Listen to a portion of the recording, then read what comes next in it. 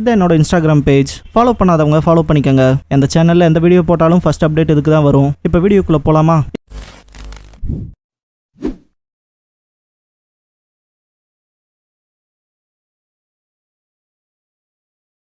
Hello guys, நீங்கள் பார்க்குறது Tamil anime and நான் தான் உங்கள் சென்பாய். இந்த வீடியோவில் நருட்டோவோட எபிசோட் 17 தான் பார்க்க போகிறோம். இந்த எபிசோடோட டைட்டில் பார்த்தீங்கன்னா ஒயிட் பாஸ்ட் ஹிடன் ஆம்பிஷன். போன எபிசோடில் பார்த்த எல்லா விஷயமே வரும். நருட்டோ அட்டாக் பண்ணுறவரையும் பார்த்துருப்போம். ஸோ அந்த இடம் வரைக்குமே பார்த்தீங்கன்னா இந்த எபிசோடில் வரும். ஸோ அதனால் இந்த டைட்டிலேருந்தே ஆரம்பிப்போம். இதுக்கப்புறமா ஹாக்குவுக்கும் நருட்டோவுக்கும் வெறித்தனமான ஃபைட் போகும். நம்ம போன டைம் பார்த்தோம்ல, ஹாக்கு அட்டாக் பண்ண வருவான்ல, அந்த டைம் பார்த்தீங்கன்னா இவன் இனிமேல் குழந்தையா இருக்க வாய்ப்பே இல்லை, இது கண்டிப்பாக ஏதோ ஒரு மிருகம் தான் அப்படிங்கிற மாதிரி திங்க் பண்ணுவான். இந்த இடத்துல பார்த்தீங்கன்னா அட்டாக் பண்ணும்போது நருட்டோ ஜஸ்ட் ஷவுட் பண்ணுவான், கத்துவான். அந்த இடத்துல பார்த்தீங்கன்னா அவனோட சக்ரா வந்து அந்த அட்டாக்கை வந்து ரெப்பல் பண்ணிடும், தடுத்துரும் ஃபுல் அண்ட் ஃபுல்லாகவே. இந்த இடத்த நோட்டீஸ் பண்ணிங்கன்னா தெரியும். ஸோ அதை தடுக்கிறது ரொம்பவுமே ஸ்டிஃபாக இருக்கும் அண்ட் அது சக்ரா பண்ணுற வேலை. ஸோ இதை பார்க்குற ஹாக்குக்கு இவனோட சக்ராவே எந்த அளவுக்கு ஸ்ட்ராங்காக இருக்குது அப்படின்னு ஃபீல் பண்ணுவான். இதுக்கப்புறமா ஷேட்ராயை அட்டாக் பண்ணுவான். நருட்டோவோட முதுகு பூராமே நீடில்ஸாக தாங்க இருக்கும். இருந்தாலுமே நருட்டோ அதை ஜஸ்ட் மறுபடியும் ஒரு ஷவுட் பண்ணுவான், ரேஜ் ஆகும். இந்த இடத்துல பார்த்தீங்கன்னா அப்படியே அவனுக்கு தன்னை போல ஹீல் ஆக ஆரம்பிச்சிடும். போன ஃபைட்லாம் ஹாக்கு கூட நடக்கும்போது பார்த்துருப்பீங்க, அந்த ஐஸ் மிரரை எதுனாலையுமே பிரேக் பண்ணிக்க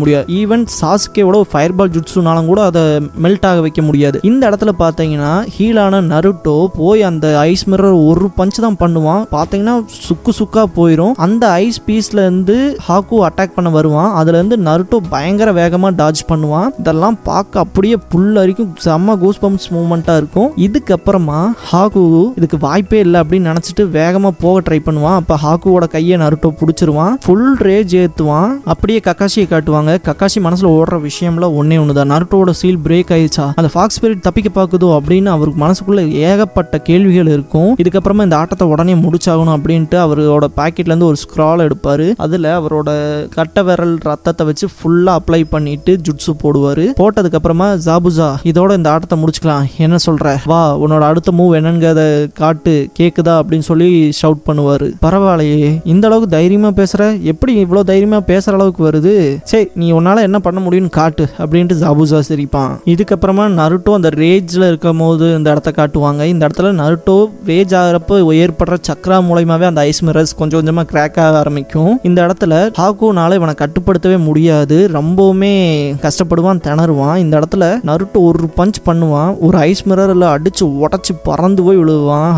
ஹாக்குவோட மாஸ்க்குமே உடஞ்சிரும். ஏன்னா அந்த அளவுக்கு பவர்ஃபுல்லா ஹாக்குவோட முகத்துல நருட்டோ குத்தி இருப்பான். நருட்டோ சாஸ்கேவை சுத்தி இருந்த எல்லா ஐஸ் பேரியருமே உடஞ்சிரும். இதுக்கப்புறமா நருட்டோ அதே ரேஜோட ஹாக்குவை அட்டாக் பண்றதுக்கு ஓடி போவான். இந்த இடத்துல ஹாக்கு அவனோட மனசுக்குள்ள, நான் இந்த பையனுக்கு ஒன்றும் மேட்ச் கிடையாது, அவனை என்னால தோக்கடிக்க முடியலன்னு மனசுல நினைச்சிட்டு ஜாபுசா கிட்ட சாரி கேட்பா மனசுலயே. இதுக்கப்புறமா நருட்டோ பாஞ்சு வந்து குத்த வருவான். இந்த இடத்துல அப்படியே சின்ன ஒரு பிளாங்க் அவுட் ஆகிற ஒரு 2 பறவை பறந்து போற மாதிரி காட்டுவாங்க. இதுக்கப்புறமா ஹாக்குவையும் நருட்டோவையும் காட்டும் போது ஹாக்கு சிம்பிளா நின்றுட்டு இருப்பான். நருட்டோ அவனை பஞ்ச் பண்ணிக்க மாட்டான். நீ தான் அன்னைக்கு என் கூட பேசின ஆளு ஃபாரஸ்ட்ல அப்படின்னு சொல்லி நருட்டோ கேட்பான். அதுக்கு ஹாக்கு வந்துட்டு, ஏன் நிறுத்திட்ட, நான் உன்னோட உயிர் நண்பனை கொன்னுட்டன்ல, ஏன் அட்டாக் பண்ணல அப்படின்னு சொல்லி சொல்லுவான். இதை கேட்கற நருட்டோ லைட்டா தான் குத்துவான், கீழே விழுவான். ஹாக்கு இருந்தாலும் எந்திரிச்சு நிற்பான். இதுக்கு முன்னாடி உங்ககிட்ட இருந்து அந்த ஸ்ட்ரென்த் எங்க, இவ்வளவுதான் உன் பலமா, இல்ல அவன் உனக்கு ஒன்னும் அவ்வளவு ப்ரீஷியஸான பர்சன் இல்லையா அப்படின்னு சொல்லி ஹாக்கு கேட்பான். இதுக்கப்புறம் இந்த பிளாஷ்பேக்ல கொஞ்சம் கொஞ்சம் கிளிச் ஆகும், நருட்டோவும் ஹாக்குவும் பேசினதெல்லாம். இதுக்கப்புறமா ஹாக்குவோட பிளாஷ்பேக் ஸ்டோரி வரும். பாத்தீங்கன்னா ரொம்ப வருஷத்துக்கு முன்னாடி எனக்குமே வேற சில ஸ்பெஷல் பர்சன்ஸ் இருந்தாங்க அப்படின்னு சொல்லி தான் ஹாக்கு அந்த கதையை ஆரம்பிப்பான். இந்த இடத்துல ஹாக்கு அவனோட பேரண்ட்ஸை பத்தி தான் சொல்லுவான். அவங்க 2 பேருமே பாத்தீங்கன்னா லேண்ட் ஆஃப் வாட்டர் சேர்ந்தவங்க, ஒரு சின்ன கிராமத்துல வாழ்ந்திருக்காங்க. அங்க பாத்தீங்கன்னா ஸ்னோ வந்து ரொம்பவுமே ஹெவியா இருக்கும். ஸோ இந்த இடத்துல ஹாக்கு வந்து குழந்தையா வந்து காமிப்பாங்க. அவங்க பேரண்ட்ஸ் கிட்ட ஒரு சின்ன ஃபார்ம் லேண்ட் தான் இருக்கும். அது மூலமாவே அவங்க சாட்டிஸ்ஃபைடா தான் வாழ்ந்திருப்பாங்க. ஒரு நல்ல லவ்விங் பேரண்ட்ஸ் தான். இருந்தாலுமே அது நடந்திருக்க கூடாது அப்படின்னு சொல்லி ஹாக்கு சொல்லுவான். என்ன நடந்துச்சு அப்படின்னு சொல்லி நருட்டோவும் கேட்பான். அது என்னோட பிளட் தான் அப்படின்னு சொல்லி ஹாக்கு சொல்லுவான். ஸோ நம்ம பார்த்தோம்னா இந்த கெகே கென்காய் அப்படிங்கிற பவர், ஸோ அதனால தான் அந்த பிரச்சனைகள் வந்ததா ஹாக்கு டிஸ்கிரைப் பண்ணுவான். இந்த இடத்துல ஹாக்கு சொல்ற நிறைய விஷயங்கள் ரொம்பவுமே மனசை வருத்தப்பட வைக்கிற விஷயங்களாக தான் இருக்கும். நானே சொல்றேனே, இந்த இடத்துல நருட்டோ வந்துட்டு அப்படி என்னதான் ஆச்சுன்னு சொல்லி கேட்பான். அப்போ வந்துட்டு ஹாக்கு, என்னோட பிளட்ல கெகே கென்காய் பவர் இருக்கு, இதனால எங்க அப்பா எங்க அம்மாவை கொன்னுட்டாரு, என்னையும் கொல்றதுக்கு ட்ரை பண்ணாரு அப்படின்னு சொல்லி சொல்லுவான். இதை கேட்குற நருட்டோ ரொம்பவுமே ஷாக் ஆவான். யோசிச்சு பாருங்க, இந்த கெகே கென்காய்ங்கிறது ஒரு பவர், நான் இதை ஒரு டூலா டூலாக யூஸ் பண்ணுறேன்னு ஜாபுசா மாதிரியான ஆட்கள் சொல்கிறாங்க. ஆனால் அந்த ஒரு விஷயம் பார்த்தீங்கன்னா அவங்கள எந்த அளவுக்கு மோசமாக்கி இருக்குங்கிறதையும் நம்ம பார்த்தாகணும். நம்ம பார்த்தோம் இல்லையா, ஸோ ஒரு குறிப்பிட்ட கிளானுக்கு இருக்க இந்த ஸ்பெஷல் பவர்ஸை தான் கெக்கே கென்காய் அப்படின்னு சொல்லுவாங்க. இது பார்த்தீங்கன்னா ஒரு அவங்க தாத்தா, அவங்க அப்பா, அம்மா அண்ட் அவங்களோட பையன், பொண்ணு, அந்த மாதிரி எல்லாத்தையுமே பார்த்தீங்கன்னா இருக்கும். ஸோ அந்த கிளான்ஸ் பார்த்தீங்கன்னா நிறைய வார்க்கு யூஸ் பண்ணிப்பாங்க. அதனாலேயே பார்த்தீங்கன்னா இந்த கெக்கே கென்காய் உள்ளவங்களை எல்லாத்தையுமே பார்த்து பயப்பட செஞ்சுருக்காங்க. அதனால அவங்கள அழிக்கிறதுக்கும் ட்ரை பண்ணியிருக்காங்க. இப்போ சொல்ல போனால் சாஸ்கே ஒரு உச்சிகா கிளான் இருந்தாலுமே அவனோட கிளான் மெம்பர்ஸ் யாருமே இல்லை, இவன் ஒருத்த மட்டும்தான் தப்பிச்சிருக்கான் அந்த மோசமான ஈவெண்ட்டுக்கு அப்புறமா. இதுக்கெல்லாம் என்ன காரணம் மற்ற எல்லாம் பார்த்தீங்கன்னா நம்ம ஃபியூச்சரில் பார்க்கலாம். பட் இந்த மாதிரியான கெக்கே கென்காய் உள்ளவங்களை எல்லாத்தையுமே சுற்றி இருக்க எல்லா மனுஷங்களுமே வெறுத்த அளவுக்கு தான் பார்த்துருக்காங்க. இதுக்கப்புறமா பார்த்தீங்கன்னா ஹாக்கு சொல்கிற விஷயம் ஒன்றே ஒன்று தான், அந்த வார்க்கு அப்புறமா எல்லா கெக்கே கென்காயும் அவங்களோட சீக்ரெட்ஸை வந்து மறைக்கணும்னு ஆசைப்பட்டாங்க. அந்த மாதிரி தான் எங்கள் அம்மாவும் இருந்தாங்க. எந்த ஒரு கெக்கே கென்காய் பவர்ஸும் இருக்கிறதா வந்து வெளியே காட்டிக்கல அப்படிங்கிறத சொல்கிறான். இருந்தாலுமே பார்த்தீங்கன்னா அது ஹாக்குக்கு இருக்கு இல்லையா, ஸோ அதனால் பார்த்தீங்கன்னா அவன் சின்ன சின்ன பவர்ஸ் பண்ணுவான். ஸோ இதை பார்க்குற அவங்க அம்மா அவனை பயங்கரமாக சத்தம் போடுவாங்க. இருந்தாலும் இவன் இந்த மாதிரியான பண்ணுற விஷயங்களை அவனோட அப்பா நோட் பண்ணிடுவார். இதுக்கப்புறமா தான் அவங்க அம்மாவும் கொல்லப்படுவாங்க, இவனை கொல்றக்கும் ட்ரை பண்ணுவாங்க. சொல்லப்போனால் அங்கே சுற்றி இருக்க எல்லா பீப்புள்ஸுமே ஒரு ஹேட்டை தான் வச்சுருப்பாங்க அந்த மாதிரி ஒரு பவர்ஃபுல்லாக இருக்க பர்சன்ஸ் கிட்ட. ஹாக்கு சொல்கிற விஷயமே அதுதான், நீ எந்த அளவுக்கு அதிக பவர்ஃபுல்லாக இருக்கியோ அந்த அளவுக்கு சுற்றி இருக்க எல்லா மக்களும் உன்னை கண்டு பயப்படுவாங்க அப்படிங்கிற ஒரு விஷயத்த சொல்லியிருப்பான். இதுக்கப்புறமா பார்த்தீங்கன்னா ஹாக்குவோட அப்பா வந்து ஹாக்குவை அட்டாக் பண்ண வருவார். இந்த இடத்துல பிளட் தெரிக்கிற மாதிரி மட்டும் தான் காட்டுவாங்க. இதுக்கப்புறமா ஒரு ஸ்னோவில் வந்து ஹாக்கு நடந்து வந்து விழுவான். ஸோ அது மூலயமாவே தெரியுது அங்கே சுற்றி இருந்த எல்லா பீப்புள்ஸையுமே பார்த்தீங்கன்னா ஹாக்கு அவனோட ஸ்பெஷல் பவர்ஸ் மூலயமா கொண்டுட்டு எஸ்கேப் ஆயிட்டான் அப்படிங்கிற ஒரு விஷயம். இதுக்கப்புறமா ஹாக்கு நருட்டோ கிட்ட அந்த இன்சிடென்ட்டுக்கு அப்புறமா நான் ஒரு அன்னெசரியா ஆயிட்டேன், எனக்கு இந்த உலகத்தில் அடுத்து என்ன ரெஸ்பான்சிபிலிட்டி இருக்க போதுன்னே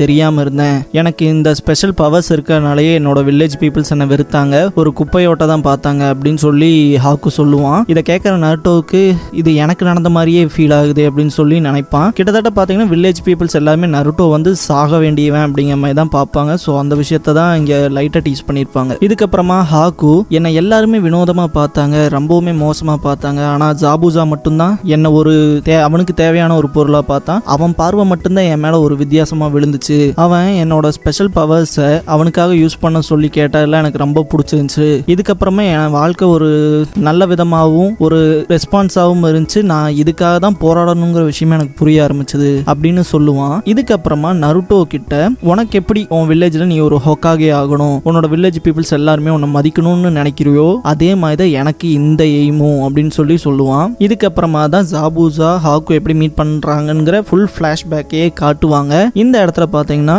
ஹாக்கு ஒரு பிரிட்ஜில் உட்காந்துட்டு இருப்பான். அப்போ ஜாபுசா வந்து பார்ப்பான், என்ன இங்கே உட்காந்துட்டு இருக்க, யாரும் உன்னை பார்க்க மாட்டாங்களா, இப்படியே உட்காந்து சாக போறே அப்படின்னு சொல்லி கேட்பான். இந்த இடத்துல ஹாக்கு சிரிச்சுக்கிட்டே உங்க கண்ணு பார்க்க என் கண் மாதிரியே இருக்கு அப்படின்னு சொல்லுவான். இதை கேட்ட ஜாபுசா, ஹே பிராட், என் கூட வரப்போறியா இல்லை இங்கேயே கடந்து சாகறியா அப்படின்னு சொல்லி கேட்பான். நீ வரக்கு முன்னாடி நான் உங்கள்கிட்ட ஒரே ஒரு விஷயத்த சொல்லிக்கிறேன், நீ என் கூட வந்தேன்னா இதுக்கப்புறம் நீ எனக்கு சொந்தமாயிருவ, உன்னோட ஸ்பெஷல் பவர்ஸ் எல்லாத்தையுமே எனக்கு ஒரு டூலா நீ யூஸ் பண்ணணும் அப்படின்னு சொல்லி கேட்பான். இதுக்கு ஹாக்கு இதுக்கப்புறம் என் வாழ்க்கையில ஒரு எய்ம் கிடைச்ச மாதிரி இருக்கு அப்படின்னு நினைச்சிட்டு அவன் கூட வந்துடுவான். அந்த டைம் பார்த்தீங்கன்னா ஹாக்குவும் ஜாபுசாவும் இந்த ஒன்னாகிற டைம் பார்த்தீங்கன்னா ஜாபுசா ரோக் நிஞ்சாவால இருக்க மாட்டான்.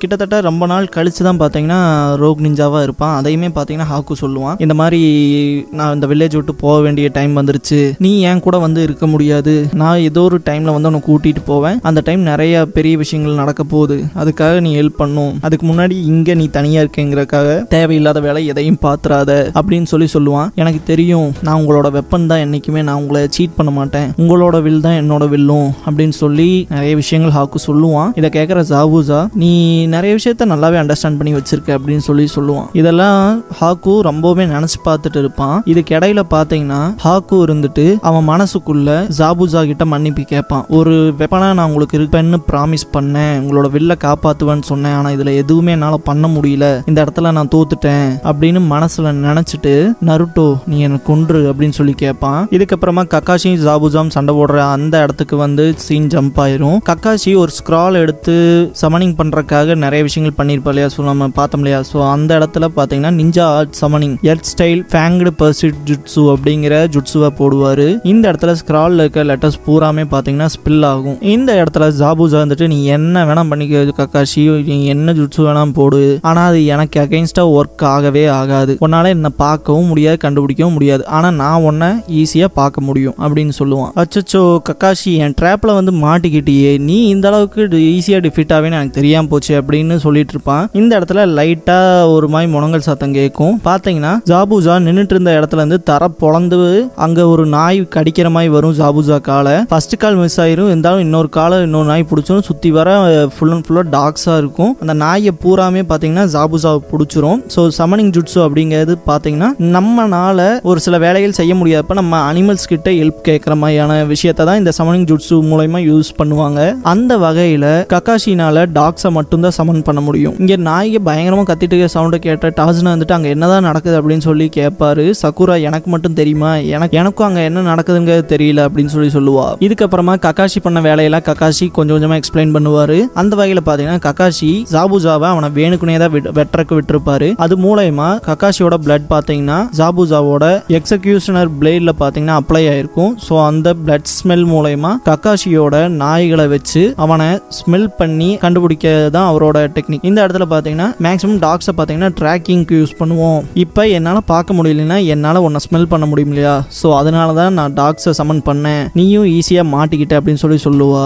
இதுக்கப்புறமா உன்னோட ஃபியூச்சர் நீ சாக போற அப்படின்பாரு. போதும் உன் பேச்சை நிறுத்து அப்படின்னு சொல்லி ஜாபூஜா சொல்லுவான். இந்த இடத்துல ககாஷி இப்போ என்னோட நாய்கள்லாம் சும்மா கூட விளையாண்டு தான் இருக்கு, நான் இப்போ ஒரு வார்த்தை சொன்னேன்னு வச்சுக்குவேன் அது முழுசா உன்னை பிச்சு பிசிறிடும் அப்படின்னு சொல்லுவாரு. அதுன்னு மட்டும் இல்லாம அந்த நாயை ஜாபூஜாவை கடிக்கிறத பாக்குறப்பவே படு பயங்கரமா இருக்கும். ஜாபூஜாக்குள்ள உடம்பு பூரா ரத்தமா தான் இருக்கும். இதுக்கப்புறமா ககாஷி இருந்துட்டு ஜாபூஜா எதுனால இந்த வேலையை பண்றான் அண்ட் அவனுக்கு எதுக்காக இவ்வளவு அமௌண்ட் தேவைப்படுங்க விஷயத்த சொல்லுவாரு. என்ன ரீசன்னா இப்போ லேண்ட் ஆஃப் வாட்டர்ல இருக்கிற காகே யாரு, மிசுகாகே. ஸோ அப்படிப்பட்ட ஒரு ஆளையை பார்த்தீங்கன்னா அசாசினேட் பண்ணிட்டு இவன் மிசுகாகே ஆகிறது தான் இவனோட பிளான். ஸோ அந்த இடத்துல பார்த்தீங்கன்னா அங்கே ஃபெயில் ஆயிடுவான். ஜாபூஜா ஃபெயில் ஆனதுக்கப்புறம் அவனோட ஃபாலோவர்ஸ் கூட சில பேர் வந்து அவனை விட்டுட்டு போயிடுவாங்க அண்ட் அட்டாக் பண்ணுறதுக்கான சரியான ஃபண்ட்ஸ் இருக்காது ஜாபூஜா கிட்ட. ஸோ அதனால தான் பார்த்தீங்கன்னா இந்த மாதிரி ரோக் நிஞ்சாவை மாறுவான் அண்ட் இந்த மாதிரி பணம் சம்பாதிக்கிறதுக்காக தான் இந்த மாதிரியான மிஷின்ஸ்லாம் எடுத்து வேலை பார்ப்பான். இந்த தடவை உன்னை கொள்றதுக்காக நான் எந்த காப்பி பண்ண ஜுட்ஸையும் போட போறதில்ல, என்னோட சொந்த ஜுட்ஸு மூலயமாவே ஒன்று அழிக்கிறேன் அப்படின்னு சொல்லிட்டு ககாஷி சிடோரி பண்ணுவாரு. இதுக்கப்புறமா ககாஷி பண்ற அந்த சிடோரி பார்த்தீங்கன்னா ஃபுல் அண்ட் ஃபுல்லா பார்த்தீங்கன்னா லைட்னிங் ஸ்டைலில் இருக்கும். பார்த்தீங்கன்னா மின்னல் அடிக்கிற மாதிரி தான் இருக்கும் அவரோட சக்கராவே. இதை பார்த்தீங்கன்னா இங்கிலீஷில் வந்து லைட்னிங் பிளேடுன்னு சொல்லுவாங்க, அதாவது அந்த எபிசோடில். இதுக்கப்புறம் பார்த்தீங்கன்னா ஜாபூஜா கிட்ட ககாஷி வந்துட்டு டாஸ்னாவெல்லாம் உன்னை நான் கொல்றதுக்கு விட மாட்டேன் அண்ட் இந்த பிரிட்ஜ் தான் உங்களோட ஃபியூச்சராகவே இருக்க போகுது அப்படின்லாம் சொல்லுவாரு. இந்த மக்களை பற்றில யார் கவலைப்படுவான்னு சொல்லுவாரு ஜாபூஜா. இதை கேட்குற ககாஷி இதோட ஆட்டத்தை முடிக்க வேண்டியதுதான் அப்படின்ட்டு அட்டாக் பண்ண போவாரு. இதுக்கப்புறமா ஹாக்கு இருந்துட்டு நருட்டோ கிட்ட என்னை கொன்றுன்னு சொல்லி ஹெல்ப் கேட்குற மாதிரி தான் கேட்பான், ப்ளீஸ்ன்னு சொல்லி தான் கேட்டுட்டு இருப்பான். எதுக்காக என்னை கொல்றதுக்கு தயங்குற அப்படின்னு சொல்லி ஹாக்கு கேட்பான். இந்த இடத்துல நருட்டோ என்னால் முடியாது, என்ன மாதிரியான கதை இது, அவன் உன்னை மனுஷனாவே பார்க்கல, அவன் உன்னை ஒரு வெறும் அவனோட வேலைகளை செய்யற ஒரு ஸ்லேவ், ஒரு அடிமையாக தான் பார்த்துருக்கான், நீ எப்படி இவனமாய் ஆளுகளுக்கெல்லாம் இவ்வளோ உண்மையா இருக்கணும்னு நினைக்கிற அப்படின்னு சொல்லி கேட்பான். இந்த இடத்துல பார்த்தீங்கன்னா ஹாக்கு அது என்ன தப்பா அப்படின்னு சொல்லி கேட்பான். என் வாழ்க்கையில் எல்லாமே போயிருச்சு, நான் ரொம்பவுமே நேர்மையாக உண்மையாக லவ் பண்ணவங்க கூட என்னை கொல்ல பார்த்தாங்க, நான் ரொம்பவுமே ஒரு ஒர்த்லெஸ்ஸாக ஃபீல் பண்ணேன். அந்த டைம் அப்போ ஜாபூஜா மட்டும்தான் என்ன அவர் கூட கூட்டிகிட்டு போனார், என்னோட ஹெல்ப் அவருக்கு தேவைன்னு சொன்னார் அப்படின்னு சொல்லுவான். இதுக்கப்புறம் ஒரு சின்ன ஃப்ளாஷ்பேக் வரும். ஆக்கு வந்து ஒரு சின்ன முயல் குட்டியை தூக்கிட்டு ஓடி வருவான். இந்த டைம் பார்த்தீங்கன்னா அந்த முயல் தப்பிச்சு போகும். அதை ஜாபூஜா பிடிச்சி கொடுத்துட்டு ஹாக்குவோட தலையை தடவி கொடுப்பான். ஸோ இந்த சீன்லாம் பார்த்தீங்கன்னா செம்ம எமோஷனலாக இருக்கும். இந்த இடத்துல ஹாக்குவோட கண்ணிலையுமே தண்ணி வந்துடும். இப்போ நான் ஜாபூஜாக்கு தேவைப்பட மாட்டேன், நான் ஒரு ஒர்த்லெஸ் ஆகிட்டேன், அதனால நான் உங்கள்கிட்ட ஒன்று மட்டும்தான் கோரிக்கையாக வைக்கிறேன், என்னை கொன்று அப்படின்னு சொல்லி ஹாக்கு கேட்பான். இதை விஷயத்தில் நருட்டோ ரொம்பவுமே சோகமாக தான் கேட்டிருப்பான். ஹாக்கு இப்படி கேட்ட உடனே பார்த்தீங்கன்னா இந்த எபிசோடும் முடிஞ்சிடும். ஸோ இதுக்கப்புறம் என்னாச்சு, ஹாக்கு ஜாபூஜா ரெண்டு பேருமே செத்துருவாங்களா இல்லை என்ன மாதிரியான விஷயங்கள் நடக்க போகுதுங்கிறத அடுத்தடுத்த எபிசோட் பார்த்து தெரிஞ்சுக்கலாம். அண்ட் இந்த காட்டோ என்னானாங்கிறதையும் அடுத்த எபிசோடில் பார்த்து தெரிஞ்சுக்கலாம். இந்த வீடியோ பிடிச்சா லைக் பண்ணுங்க. நருட்டோவோட ஃபுல் அனிமே சீரிஸ் பார்க்கணும், தொடர்ந்து பார்க்கணும் அப்படின்னா நான் ஃபியூச்சரில் அப்லோட் பண்ணிட்டே தான் இருக்க போகிறேன். ஸோ சப்ஸ்கிரைப் பண்ணி வச்சுக்கோங்க வீடியோவை தவறாமல் பார்க்குறக்கு. நீங்கள் ஃபுல் நருட்டோ சீரீஸை கண்டிப்பாக என் வாய்ஸ் மூலமா கேட்டு முடிக்கலாம். தேங்க்ஸ் ஃபார் வாட்சிங்.